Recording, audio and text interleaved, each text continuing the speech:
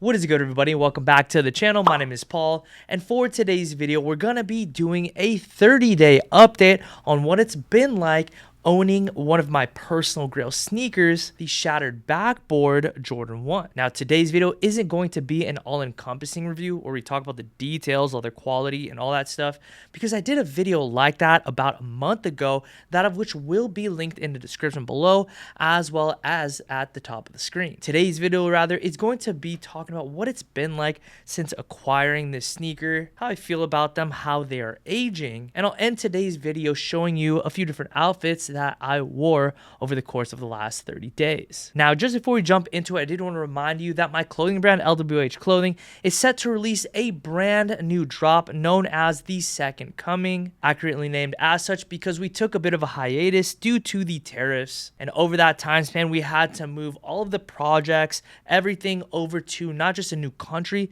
but an entirely new continent. And honestly, this is such a testament to God's faithfulness because I stayed grinding, I stayed hopeful, and we found a manufacturer that took my brand to the absolute next level. If you guys are interested in being part of the story, please be sure to go ahead and follow LWH Clothing on Instagram, because there I'll be sharing all the updates relating to the actual drop date, which is very, very soon. But now, with all of that out of the way, let's go ahead and jump right into the subject at hand, the Jordan 1 Shattered Backboard. Now, for 2025, we did get a brand new rendition of the aforementioned Shattered Backboards, which originally released June 27th, 2015. Yes, it has been 10 years since these bad boys were released.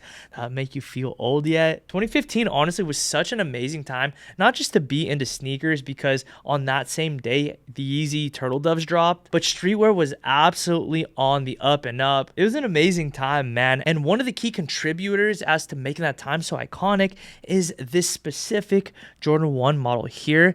And that is because the quality of that 2015 Shattered Backboard was absolutely unprecedented. Nothing like it had been dropped before. The tumble leather was just so insanely soft, making it an instant grail from the beginning. You guys know the rest of the story. StockX came into the picture, hypebeast culture blew up, and so did the sneaker culture, effectively turning sneakers into assets, and the Shattered Backboards was definitely one of the hottest commodities. But back to the subject at hand, the Jordan 1 Shattered Backboard 2025. I say back because I did actually have the 2015 pair back in the day. I made the futile mistake of selling them, regretting it ever since, but full circle moment to have them here today. But yeah, they're every bit as good in terms of styling that I anticipated. I think that if you are going to make the decision of bringing these into your wardrobe, you're going to enjoy them, especially as we move into November, into fall in general. This is going to be a go-to sneaker for me and many others out there. Now, as I did mention in the review video, the tumbled leather on this pair is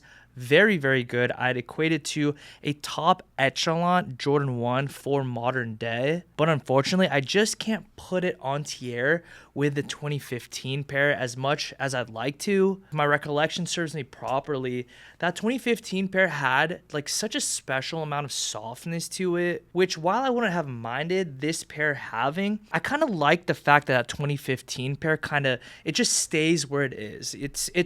It's a 2015 pair. It's got a special place and time and moment.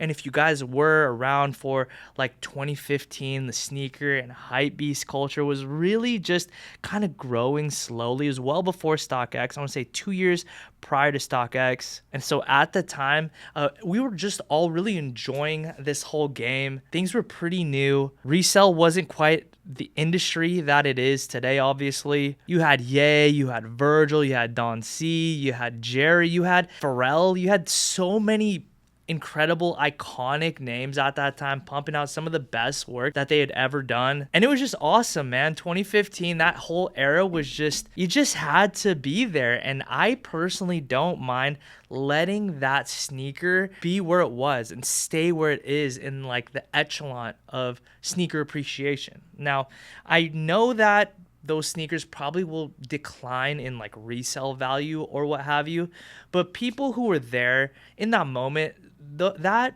shattered backboard will always be that shattered backboard, if that makes sense. So Nike can continue to pump out like the undefeated, just all the grails, like these ones, like whatever is to come, so to speak, but it's just never going to hit the same. I could be like kind of on my own boat, my own island with this, but they can continue to pump this stuff out, but it's just not going to be the same. It's appreciated, don't get me wrong, and it's cool that we can like toe these shoes and feel no gripes about it. It is awesome that resale is super low on these shoes. So I'm not saying that at all. I'm not saying that at all. I'm merely saying that there's just certain iconic moments in time in streetwear and sneaker lore that are defined by specific pieces, and those pieces absolutely still hold value because they define a moment, they define an era. At this juncture, I'm kind of weaving a word salad, so please forgive me. I tend to do that from time to time. But back to the 2025 version, I do very much so like the shoe. It's been really sick having this sneaker back in the wardrobe and the rotation, as I mentioned. The orange also is a little bit different from the 2015 pair, little side note. But apart from that, effectively, you're getting a shoe that does all of the same things, just doesn't have all of the same charm and character, if you will. The shoe is holding up very well, though it's not aging like beautifully like that pair, because I do believe that leather was a bit softer.